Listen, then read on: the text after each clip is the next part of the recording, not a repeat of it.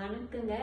நம்மளுடைய சேனல்ல இன்னைக்கு காளான் குழம்பு 10 நிமிஷத்துல எப்படி வைக்கலாம்னு பார்க்கலாம்.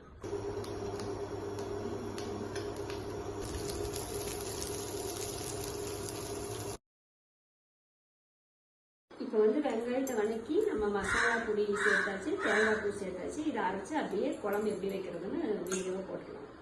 நம்ம வீடியோ போடணும்னு நினைக்கும் போது தாங்க ஃபங்க்ஷன் வந்துடும், கேட்டரிங்ல ஆர்டர் வந்துடும், அதுக்கப்புறம் கரண்ட் கட் ஆயிரும். இது எல்லாம் கடந்து ஒரு டைம் இது பண்ணி போடுறப்பல இளையராஜா முதல்ல ரெக்கார்டிங் போகும்போது கரண்ட் கட் ஆயிடுச்சாமா. அதை நினச்சிட்டு அவர் ஆடாமல் இருந்திருந்தாருன்னா இப்போ அவர் இவ்வளோ பெரிய ஆளாக இருக்க முடியுமா? அதனால உங்களுக்கு வர எந்த தடையிலையும் நீங்கள் ஒரு சாதாரணமாக எடுத்துட்டு அதுக்கப்புறம் அதை கடந்து நீங்கள் தொடர்ந்து போயிட்டே இருந்தால் மட்டும்தான் சக்ஸஸ் பண்ண முடியும்.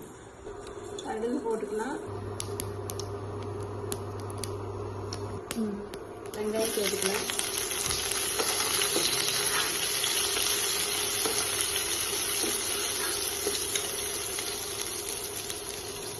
வணங்கிச்சு தக்காளி போட்டுக்கலாம்.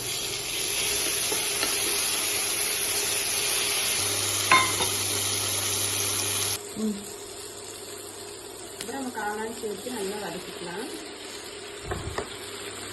காளானை கழுவி நல்லா கட் பண்ணி வச்சு நல்லா வதக்கிக்கலாம். நம்ம அரைச்சி வச்ச மசாலா சேர்த்துக்கலாம்.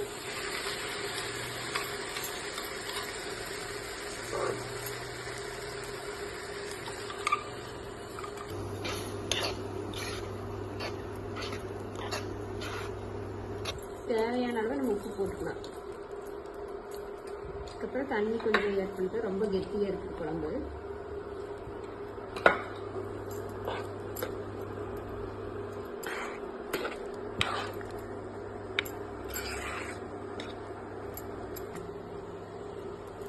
கேளான் குழம்பு ரெடி ஆயிடுச்சு.